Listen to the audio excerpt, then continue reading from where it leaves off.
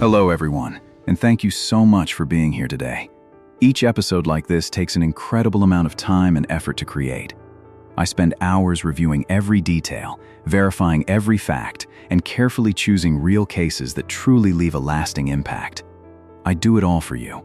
If today's story resonates with you, please take a moment to like this video and subscribe to the channel. If you've made it this far and still haven't subscribed, you're only cheating yourself out of the stories still to come. Now, let's begin. On June 12, 1994, in the quiet Brentwood neighborhood of Los Angeles, two young people were murdered just outside a home. One was Nicole Brown Simpson, 35 years old, the mother of two young children who were asleep inside the house. The other was Ron Goldman, 25 years old, a kind young man who had simply stopped by to return a pair of forgotten eyeglasses. He was there for only one reason: to help someone. Just days later, America watched in stunned silence as a white SUV crept down a Southern California freeway, with nearly 100 million people watching live on television. The man inside the vehicle was one of America's most beloved celebrities. What followed became the most divisive criminal trial in modern American history, a trial that people are still debating to this day. But amid all the attention and controversy, there are two names we should never forget. This is the story of Nicole and Ron. Before she became a name in headlines across America, Nicole Brown was simply an ordinary young woman with ordinary dreams. She was born in 1959 in Frankfurt, Germany, to a German mother and an American father.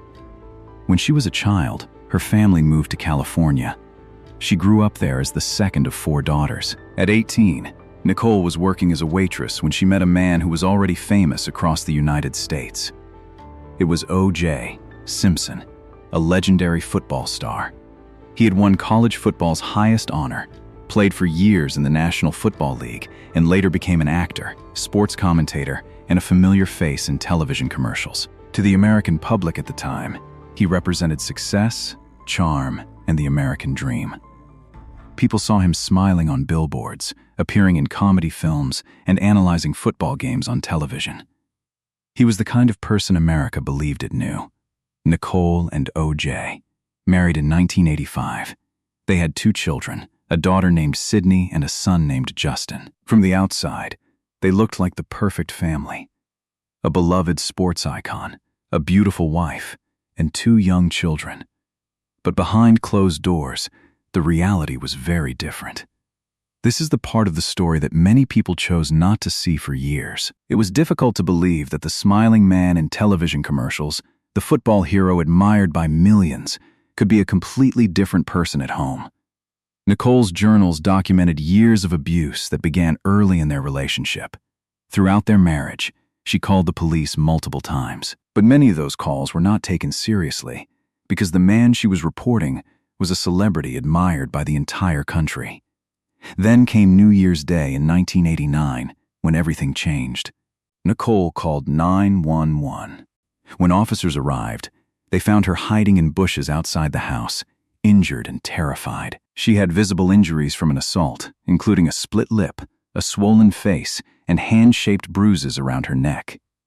She ran toward the officers, repeatedly screaming that her husband was going to kill her. She told them the police had already been to the house 8 times before, but had never truly done anything. This time, O.J. was arrested and pleaded guilty to spousal abuse, but his punishment amounted to community service, probation, and a relatively small fine. Many experts later described it as an unusually lenient sentence, far too light considering what had happened.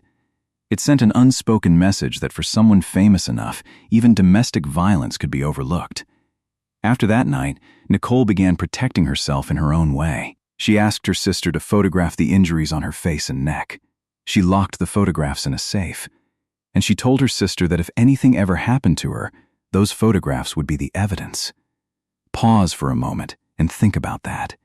It shows just how frightened Nicole had become, and how clearly she saw what might happen. This was not a woman acting impulsively or imagining things. This was someone preparing for the worst inside her own home.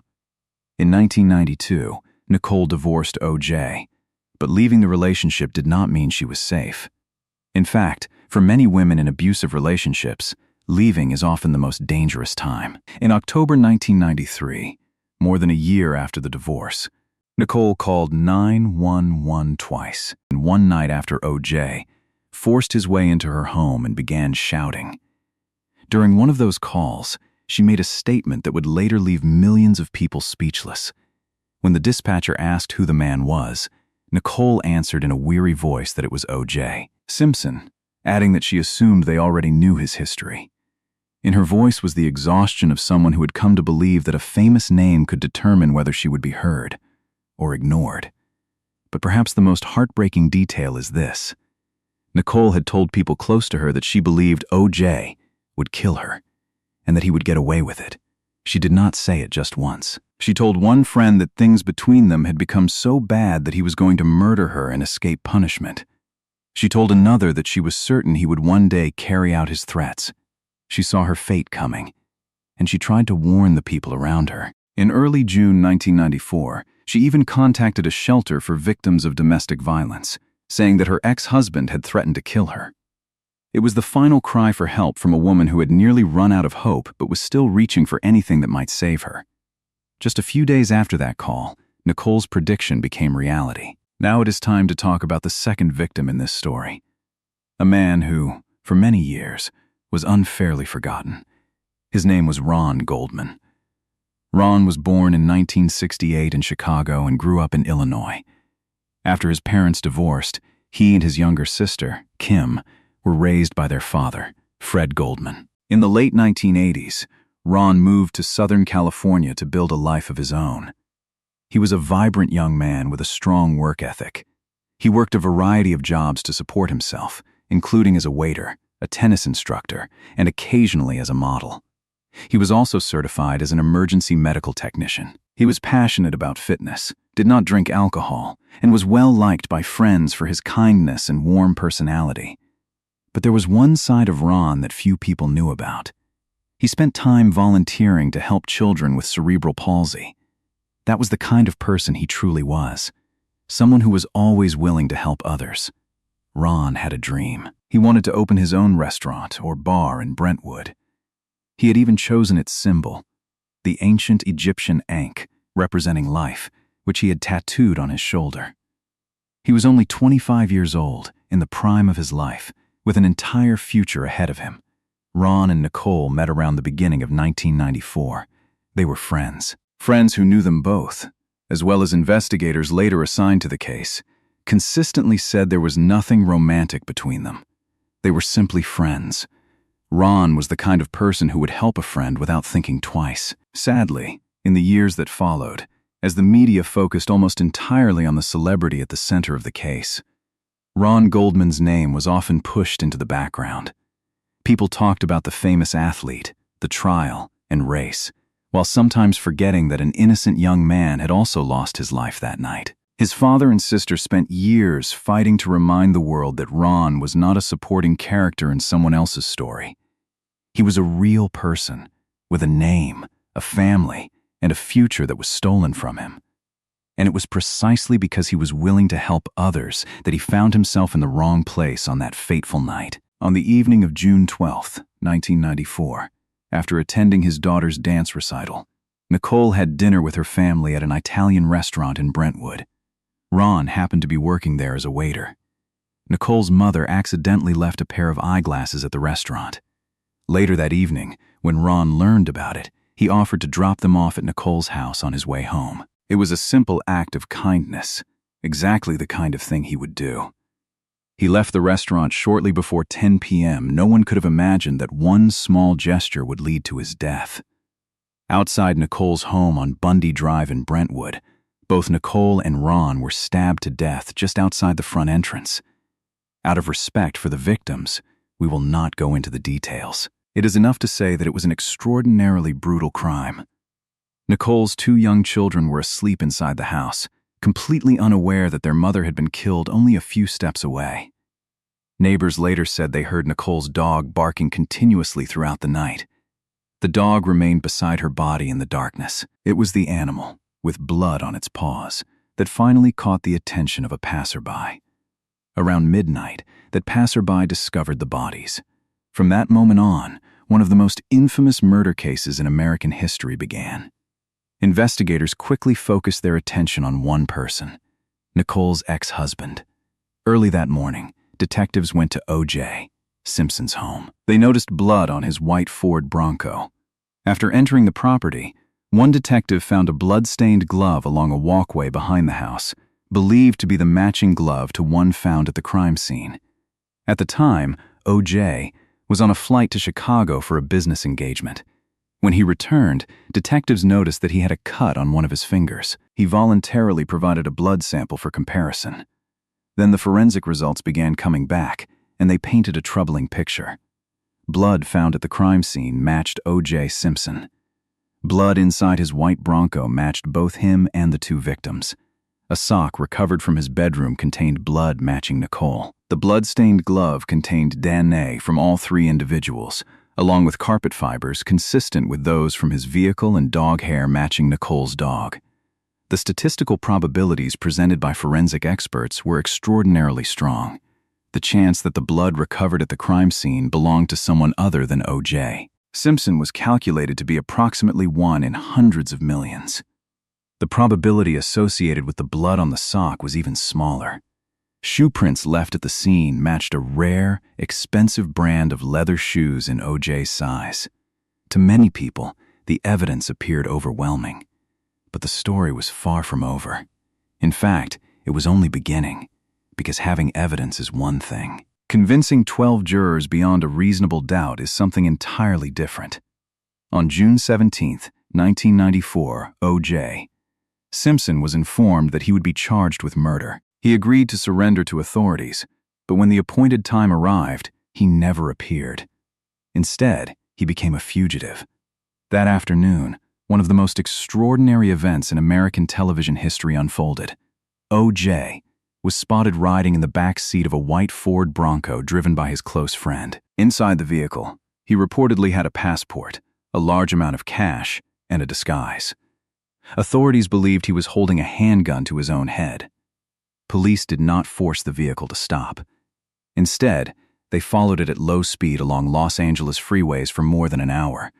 Television networks interrupted major sporting events to broadcast the chase live. Nearly 100 million people across the United States watched as it happened.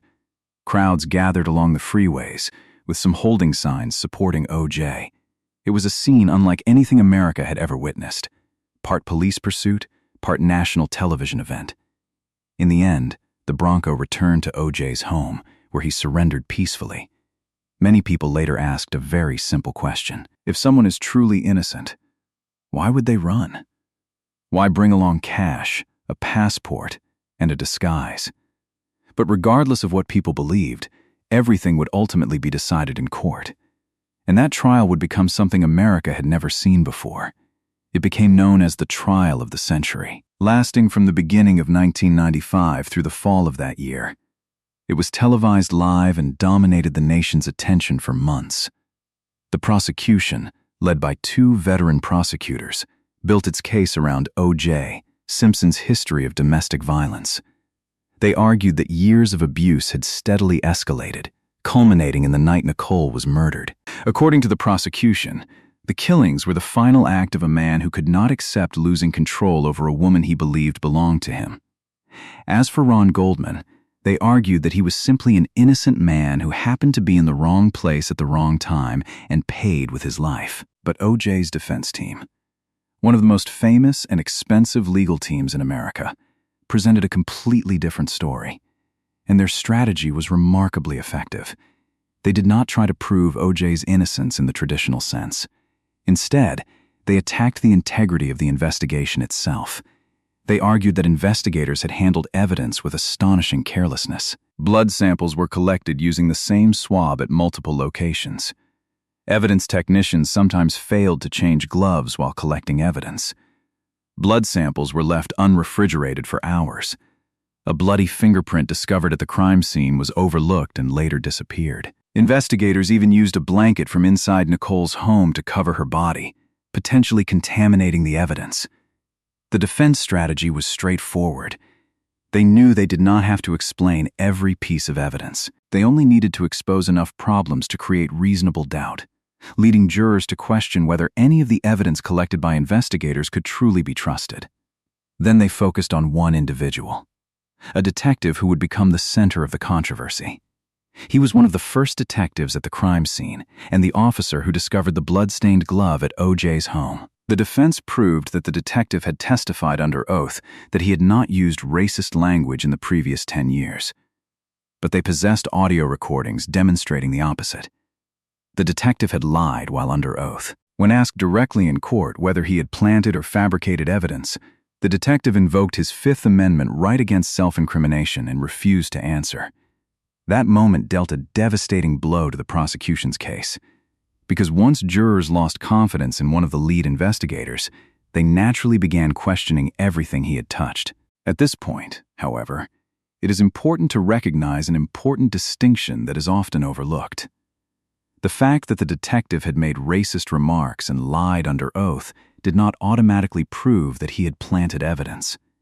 In fact, no physical evidence ever established that the glove had been planted. But in a criminal trial, the prosecution bears the burden of proving guilt beyond a reasonable doubt. The defense needed only to create that doubt. Then came the most famous moment of the entire trial. The prosecutor asked O.J. Simpson to try on the leather gloves in front of the jury. It was an enormous gamble because even the prosecution could not be certain what would happen. America watched in suspense. The gloves appeared to be too small. O.J. struggled as he tried to pull them onto his hands, then looked toward the jury as if to suggest they simply did not fit. It was perhaps the prosecution's single biggest mistake during the trial. The defense attorney captured the moment with a line that became part of American legal history. "If it doesn't fit, you must acquit." That short, memorable phrase stayed with the public far more powerfully than weeks of detailed forensic testimony. But the truth about those gloves was far more complicated than what television viewers saw. There were at least 3 reasons they may not have fit. First, it was reported that O.J. had stopped taking his arthritis medication about 2 weeks earlier. Without the medication, his hands had become swollen and his joints stiff, making his hands larger than usual. Second, the leather gloves had been soaked in blood, then frozen and thawed multiple times while being preserved as evidence. Anyone familiar with leather knows that genuine leather can shrink after becoming wet and drying out. Third, when O.J. tried on the gloves, he was wearing thin latex gloves underneath to avoid contaminating the evidence, as required by courtroom procedure. Those latex gloves made it significantly more difficult to pull on an already tight pair of leather gloves. Taken together, those 3 factors provide a reasonable explanation for why the gloves appeared not to fit. But in a nationally televised trial, powerful visual images often leave a stronger impression than lengthy scientific explanations. To fully understand why the trial unfolded the way it did, it is important to understand what Los Angeles was like at that time. Only a few years earlier, a black man named Rodney King had been brutally beaten by Los Angeles police officers, and the entire incident had been captured on videotape. When the officers were acquitted, the city erupted in riots. Trust in the Los Angeles Police Department among many black Americans reached one of its lowest points in history. It was against that backdrop that the O.J. Simpson trial took place. For many people, the case became about far more than whether one man was guilty or innocent. It became a symbol of years of accumulated distrust. When the defense argued that a racist police officer had framed a black man, that argument resonated with a very real pain that an entire community had been carrying for years. One important point must be made clear. While that historical context was real and deserves to be understood, it should never become a reason to forget 2 innocent victims. The injustice suffered by one community cannot be corrected by denying justice to Nicole and Ron. On October 3, 1995, after a trial that had lasted for months, the jury took less than 4 hours to reach its verdict. More than 100 million Americans stopped what they were doing to listen. O.J. Simpson was found not guilty on both counts of murder. America's reaction was deeply divided, almost split along racial lines. In some places, people celebrated. In others, people sat in stunned silence or reacted with anger. The same verdict led 2 Americas to see 2 completely different realities. Inside the courtroom, The moment the verdict was read became unforgettable. Nicole's and Ron's families sat in shock, with some breaking down in tears. Only a short distance away, members of the defense team erupted in celebration. Even today, some people continue to believe that O.J. was truly innocent or had been framed, while the majority believe the opposite. The case divided people at the deepest level, and that division has never fully disappeared. In later years, some jurors admitted they believed O.J. may have committed the murders, but felt the prosecution had failed to prove it beyond a reasonable doubt. Perhaps the fairest way to describe the case is this: investigators and prosecutors undermined what could have been an exceptionally strong case, and in doing so, they allowed a man who very likely committed the murders to walk out of court a free man. But the story did not end there, because justice, even if delayed, still had another path. Nicole's and Ron's families refused to give up. They filed a civil lawsuit against O.J. Simpson, seeking to hold him legally responsible for the wrongful deaths of their loved ones. A civil lawsuit is different from a criminal trial. It cannot send someone to prison, but it requires a lower standard of proof, only that something was more likely than not to have happened. This time, O.J. was required to testify under oath. The jury was also allowed to see evidence that had been excluded from the criminal trial, including Nicole's diary and photographs showing O.J. wearing the same rare brand of shoes that matched the footprints found at the crime scene. The civil trial was heard in a different court, before a different jury, and without the intense atmosphere that had surrounded the criminal case. This time, the focus remained on one central question: who was legally responsible for the deaths of two innocent people? On February 5th, 1997, the civil jury unanimously found O.J. Simpson liable for the deaths of both Nicole Brown Simpson and Ron Goldman. He was ordered to pay a total of $33.5 million in damages to their families. For Ron's father, Fred Goldman, it was never about the money. For the rest of his life, he fought tirelessly to make sure his son's name would never be forgotten and that O.J. would never profit from the crime. That led to one of the strangest and most controversial chapters of the story. In 2006, O.J. collaborated on a book in which he described, hypothetically, how he would have committed the murders if he had been the killer. The book was titled If I Did It. Public outrage was so overwhelming that the original publisher canceled its release. Later, the rights to the book were awarded to the Goldman family. They chose to publish it, but with a powerful twist. On the cover, the word "if" was printed so small that it was barely visible, making the title appear to read simply, "I did it."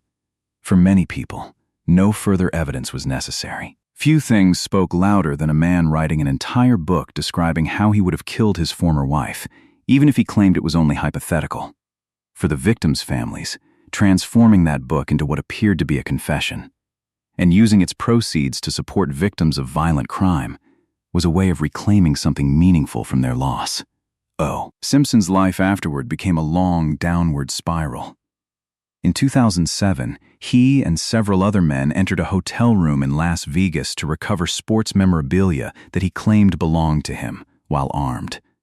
This time, the justice system did not let him walk away.